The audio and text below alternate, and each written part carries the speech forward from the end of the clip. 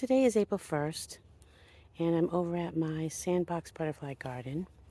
And this year I'm going to move some things around to balance out the sandbox garden because I have a lot on the left happening, but not as much on the right sometimes once plants die back.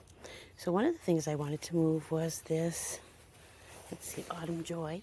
It's coming up. And it was something I got from my Buy Nothing group. Again, it was one plant, like one stalk the first year.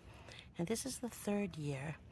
So this side of it gets a little buried anyway because there's a butterfly bush here and they're kind of in the way. So I'd like to move a little to the other side to balance it. So I'm just going to take my hori-kori knife here that I love because it cuts through roots. And we're just going to take a little sliver of it. I'm not going to dig the whole plant up.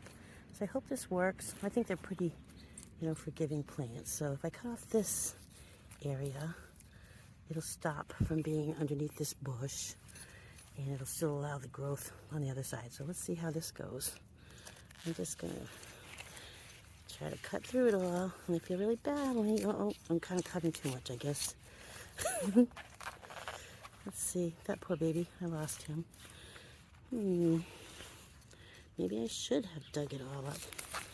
Think about this. Okay. Let's change plans. Change of plans. It's small enough anyway. Just going to try to dig it all up. I don't want to hurt it. So chop through the pieces and see if I can get it up. Okay. There it is. So I'm holding this in one hand, so I'm going to stop for a minute and separate it out and come back. I'm back. So that was one of those great live and learn moments that didn't really work out so well.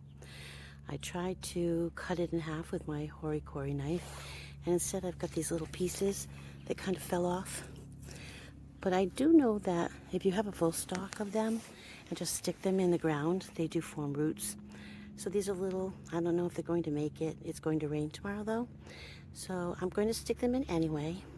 And luckily the other day, I'll put that here, I had pulled out this little guy. He does have roots on it from that same clump.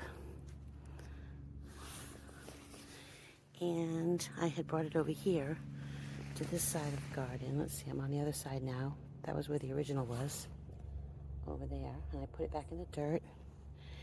And here we are, we're on this side.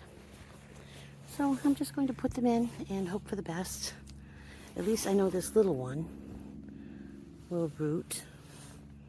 But I kind of don't know about these other guys, so let me just fill this in. Fill it in. Tamp it down.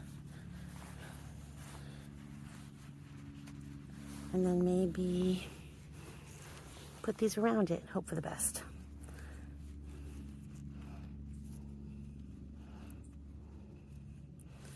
Okay. Put them together. Maybe they'll do well together. I'm wearing my jacket. This is my old jacket I use for gardening. It even has a rip under the sleeve, but it's just for gardening outside on cold days. Today's not too cold. It's about 50 degrees, but it's overcast. Okay, let's see. One more.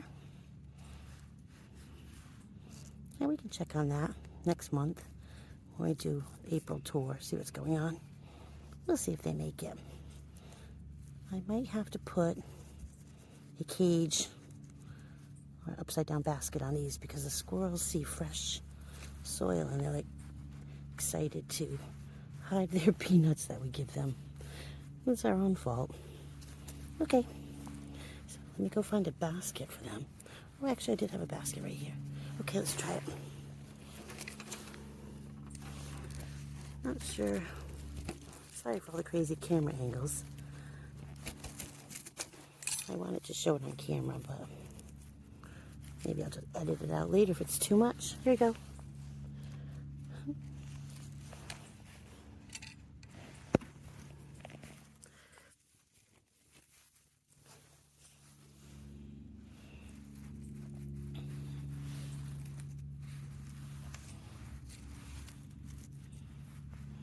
Oh boy. I don't know if that's going to hold it enough. No squirrels.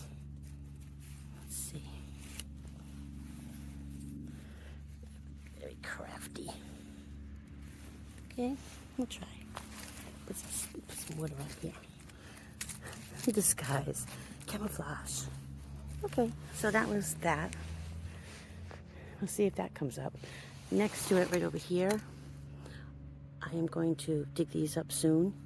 These are New England asters, and they get hidden by the orange milkweed that I have over here. I posted that in another video. I'm going to move it more to the front because it's a maybe August, September blooming plant, and it has pretty purple leaves.